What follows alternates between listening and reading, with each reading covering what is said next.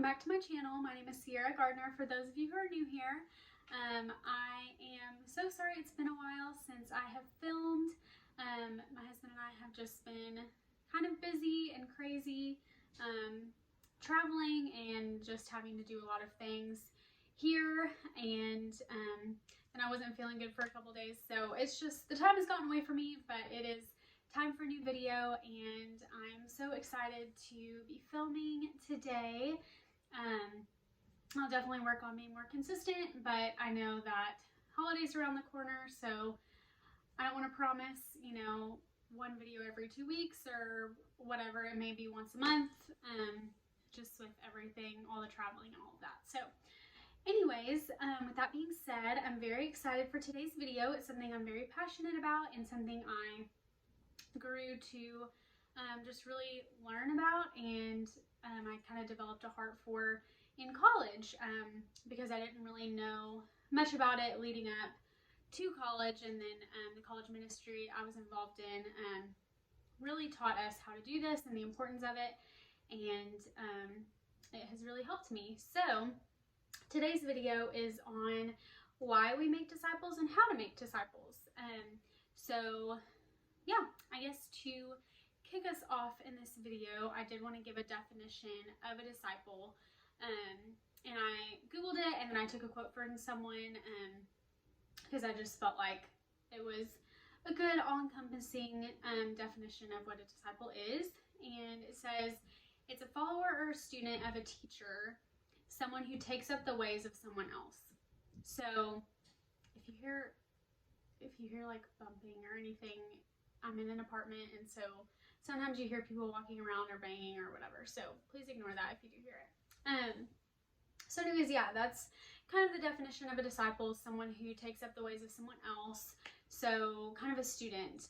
And yeah, as you know, Jesus had 12 disciples, they were his followers, his students, and you know, Timothy was Paul's disciple. Yeah, you see obviously discipleship all throughout scripture. It's super important and it's commanded.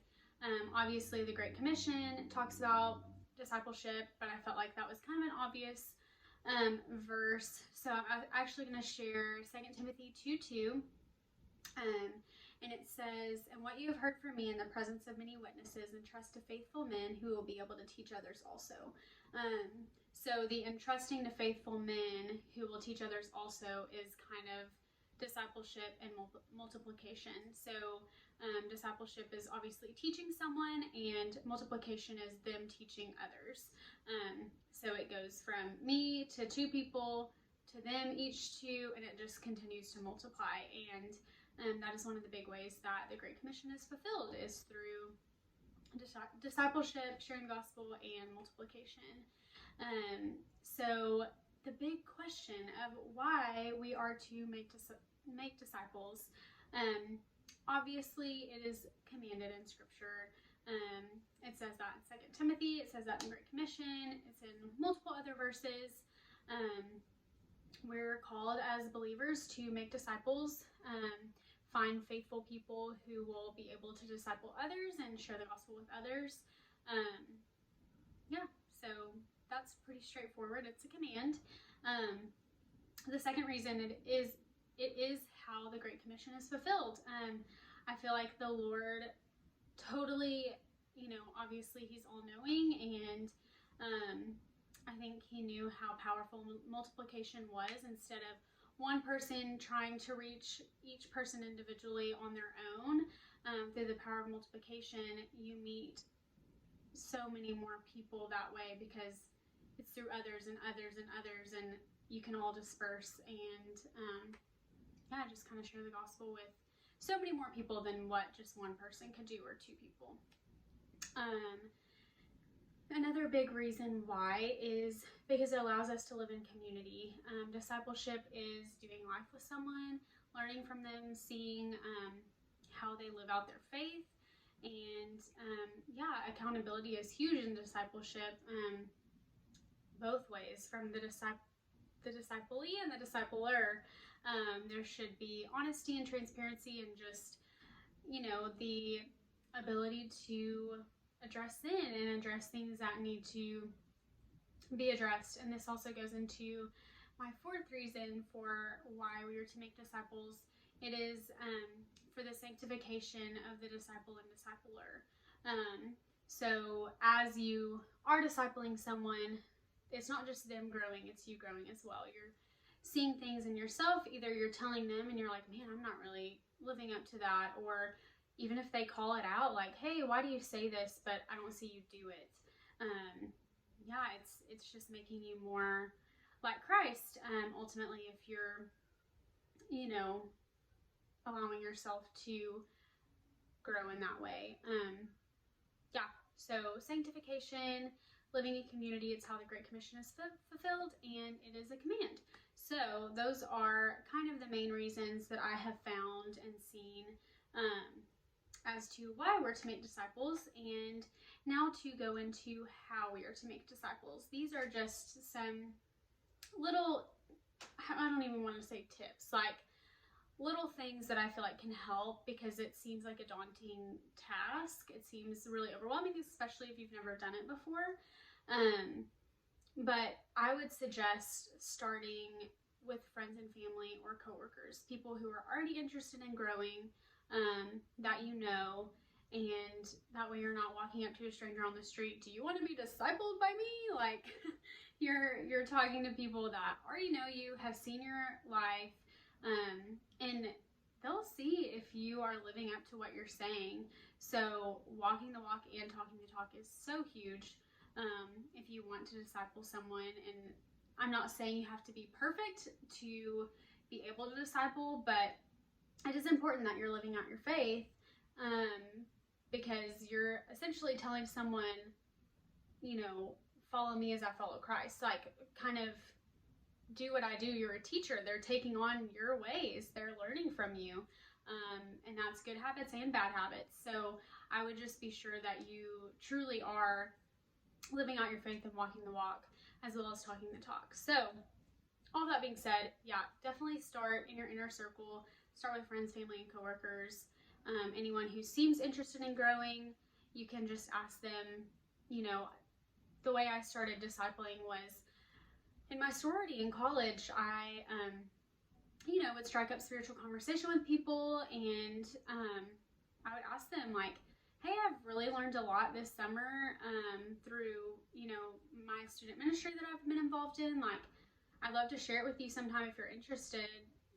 Would you be interested in that? And a lot of times they were like, oh yeah, I would love that, because they were already showing some sort of interest. They were wanting to grow. They were talking about that. And I just offered, hey, I'm not perfect, but I have some knowledge that I didn't have before, and it's really helped me. Maybe we can meet up and just talk about some of the things I've learned. And they're like, yeah, I would love that. So definitely starting small. You don't have to walk up to a stranger and ask them if they want to be your disciple. This being said, this also kind of goes into what I was just saying, but keep your eyes open for faithful people. If you want to be so bold as to approach a stranger, maybe watch them, don't be creepy and like stalk someone or anything like that. But I don't know. I mean, if you want to be bold and ask a stranger, that's totally up to you. I think it is more helpful if you can see someone's life and see if they would be faithful. Just because in 2 Timothy 2:2, it's saying to entrust to faithful men who will be able to teach others also. So you are investing your time into these people. And so, not to say that a relationship with someone is a waste of time. That's not what I'm saying at all. But if you are going to be discipling someone, it says to entrust what you're learning, what you're teaching, to faithful men. So people who will disciple others and who will live out their faith. And you can't always see that from the beginning, but look for certain characteristics of a hard worker and hungry to learn and teachable, and already studying the word for themselves. So yeah, I would just keep your eye out for faithful people, especially in your own life. As far as friends, family, and coworkers, you can definitely see who might be interested in having a Bible study or a small group, or whatever. The next tip I have is things that you can actually go through with them. You can just go through a book of the Bible together. The girl that I'm being discipled by here, we are just going through 1st and 2nd Peter. And so we have been going through that, and we'll study it on our own and then get together and just kind of talk about what we've learned and what we've seen through commentaries and all of that, just kind of hear each other's thoughts and go back and forth and talk about it. And I learn a lot from her, and I hope that she learns a few things from, you know, my commentaries and just random thoughts. And we always have great discussion. We talk about prayer requests together and just update each other on life. And that's kind of what discipleship looks for me right now, is we're just going through a book of the Bible together.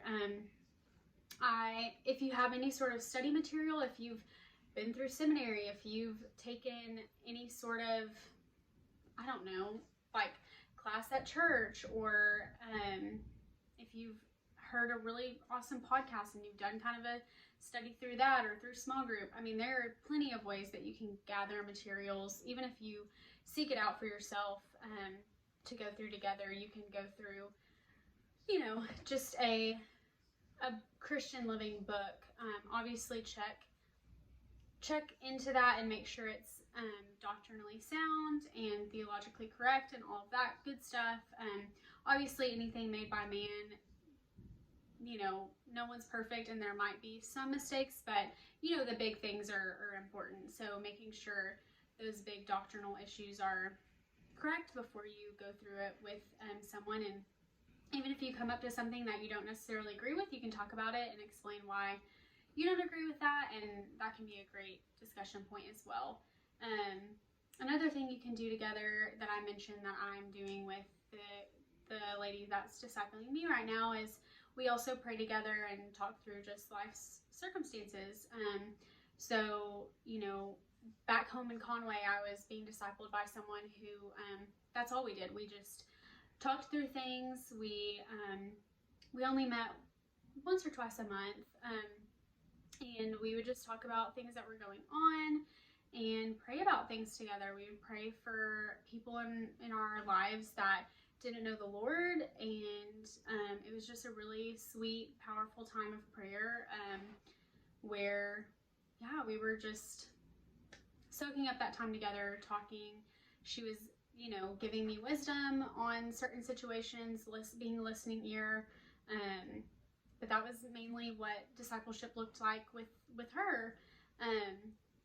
And then, you know, just doing life together. I think it's super important to allow, if you are going to disciple, allow them into your life, especially if you have kids and stuff. I think it's important for them to be able to see how you interact with your kids and your spouse, and yeah, they see just the real you. And I feel like, you know, instead of it's just being you two, letting them into your life and just seeing your walk at work in real time instead of just talking about things. So I think that's important as well. Another tip I have is to call up and call out. So, you know, encouraging and pushing the person that you're discipling and allowing yourself to be encouraged and pushed as well. Something I have done in the past is, you know, at the end of our meeting together or whatever, I will ask, is there anything that you see in my life that you feel like you need to address? Is there any sin that you feel like I need to work on, or anything you want to share with me? That way I'm literally opening the door for them to address something, because that can be a scary thing, especially if it's someone you're learning from, feeling like, oh, well, it's not my place. No, it is your place. You have every right to address certain things that you see. And yeah, I think it's also important to set all these ground rules from the get-go. So before you're starting any sort of discipleship relationship, if this is something that you want to be a part of that, which I think is really important, to just be completely open and honest and address things as they come. Just saying from the get-go, okay, like, you know, each time we meet, this is kind of what it's going to look like. I'm going to ask you these questions of, is there sin you're struggling with? Is there anything I can pray for, and there's going to be a time where if I see something in your life that I think needs to change or look more like Christ, or a sin area that you haven't addressed that I feel like needs to be addressed, I will address it. And then vice versa. You are welcome to do the same for me. I'm going to give you an opportunity to share anything that you see in my life. But I also want to encourage growth, and when I see growth, I'm going to tell you about that as well. But this is a time of we're sharpening each other. And sometimes that can be a little bit painful and awkward when you're addressing sin issues or things that need to, be addressed. So I would just talk about that from the beginning. It would make it a whole lot easier when those conversations come up. But yeah, making yourself available to be encouraged and pushed as well, I think is super important, because they're going to see that and how you react to that. And I think it'll just say a lot about you and how you're teachable as well. And it's not just a one-sided relationship. And the last thing that I want to share and just remind you all of is to remember that even Jesus lost disciples. So he is the perfect teacher. He is the perfect person to disciple. If we need to learn from anyone's example, it's his. And even Judas deserted him. So I just would encourage you that even if you disciple someone or whatever, you have a discipleship relationship and they fall off and they decide they don't want to meet with you anymore, or it's kind of hard to find someone who is interested, I wouldn't get discouraged. I would just encourage you to keep trying, and don't let that stop you from making disciples in the future. Definitely look inward and see if there's something in your life that people are seeing that is not aligning with your beliefs, if your walk is not really reflecting kind of what you're talking about. But I would just encourage you to just remember that Jesus was perfect, and even that happened to him. So, and we're not perfect, so it's bound to happen. It's probably going to happen. Dust yourself off, get back out there. It's sanctifying. It grows boldness and faithfulness, and it just makes you more like Christ. So, I hope you guys enjoyed today's video. I feel like I just rambled on and on, so I hope you got some helpful bits of information, and I hope that it encourages you to just be bold and try to make disciples wherever you're at in whatever season of life you're in. And I'm praying for each of you, and if you have any tips or just advice, whether it's someone that has discipled you, or if you have discipled someone, something that worked really well or something that didn't work well, definitely leave that in the comments below. I love hearing y'all's feedback and your thoughts, especially if you've experienced something. I always think that's super helpful. So anyways, I hope you guys have a wonderful, wonderful week. I hope it feels like fall wherever you're at, and your allergies aren't too bad or anything like that. Anyways, if you have any prayer requests, comment those down below. Please feel free to share this video, like, subscribe. I hope you guys have a wonderful week. I think I already said that, but I love you all, and I'll talk to you later. Bye.